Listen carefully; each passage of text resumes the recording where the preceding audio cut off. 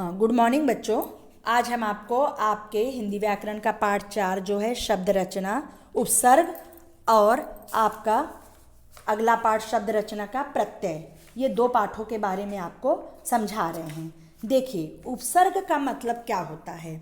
जैसे देखिए यहाँ पर उपवन में सुंदर फूल खिले हैं, दुर्घटना में कल्पना चावला की मृत्यु हो गई इत्यादि जो शब्द दिए हैं, तो ये जो रेखांकित शब्द हैं वो मूल शब्दों के साथ जुड़े हैं, यही उपसर्ग कहलाते हैं। जैसे उपवन, उप प्लस वन, अज्ञान, अ प्लस ज्ञान, दुर्घटना, दुर प्लस घटना, सपरिवार, स प्लस परिवार।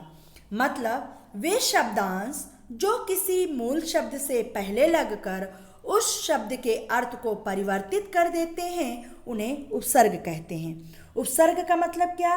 वे शब्दांश, ये जरूर याद रखिएगा कि शुरुआत में आपको क्या लिखना है। वे शब्दांश जो किसी मूल शब्द से पहले लगकर उस शब्द के अर्थ को परिवर्तित कर देते हैं। मतलब ऐसे शब्दांश जो मूल शब्द से पहले लगा, यानी देखिए शब्दांश क्या हुआ आपका उपवन, और मूल शब्द वन, वन के पहले आपका क्या लग गया? उप लग गया, उप आपका क्या हुआ? उपसर्ग हुआ। अब समझ में आया? शब्दांश क्या है? उपवन, वन क्या है? मूल शब्द, और उपसर्ग क्या हुआ? उप। तो वे शब्दांश जो शब्द से पहले लगकर उस शब्द के अर्थ को परिवर्तित करते हैं उसे उपसर्ग कहा जाता है। इसके 3 प्रकार होते हैं, तत्सम, तद्भव और आगत उपसर्ग। ये आप पढ़ लीजिएगा कि तत्सम, तद्भव और आगत शब्द क्या होते हैं। तो वे शब्द जो मूल शब्द के आरंभ में जुड़कर उसके अर्थ में परिवर्तन लाते हैं उसको उपसर्ग कहलाते हैं। उपसर्गों का स्वतंत्र प्रयोग नहीं किया जा सकता। उपसर्ग 3 प्रकार के होते हैं, तत्सम, तद्भव और आगत। पढ़ लीजिएगा कि इनमें क्या है। ये शब्द बने हैं और उन शब्दों का निर्माण इसमें दिया है कि तत्सम शब्द कौन से हैं, तद्भव कौन से हैं और आगत शब्द कौन से हैं, आपके दिए गए हैं। अब देखिए आपको इसी तरह प्रत्यय के बारे में बता दें। प्रत्यय मतलब जैसे शब्दांश आपका हुआ लड़कपन, अब लड़का प्लस पन, यहाँ पर लड़का आपका मूल शब्द हुआ, पन क्या हुआ? प्रत्यय हुआ।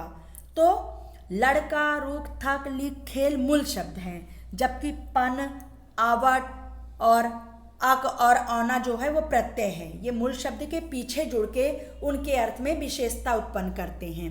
प्रत्यय जो है नए शब्दों का निर्माण करके इनका अपना कोई अर्थ नहीं होता, ये नए शब्द का निर्माण करते हैं और ये सभी सार्थक होते हैं जो मूल शब्द के पीछे जुड़ते हैं। तो प्रत्यय का मतलब क्या हुआ?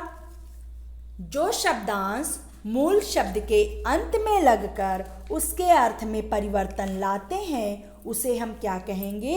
प्रत्यय कहेंगे। प्रत्यय के 2 भेद होते हैं, कृत और तद्धित। कृत प्रत्यय मतलब जो क्रिया के धातु के अंत में लगकर संज्ञा या विशेषण शब्दों का निर्माण करे, और तद्धित मतलब जो प्रत्यय संज्ञा, सर्वनाम और विशेषण शब्दों के अंत में लगकर नए शब्द बनाए। देखिए यहाँ पर किसके सामने लग रहा है?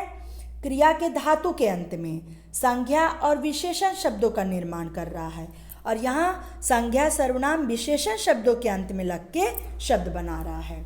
तो आपके कृत और तद्धित हैं। कृत में भी कर्त, कर्म, करण, भाव, विशेषण, ये सब आपके प्रकार हैं, और इसी प्रकार तद्धित में भी कई प्रकार हैं। अब आप इन सारे प्रकारों को पढ़ लीजिएगा।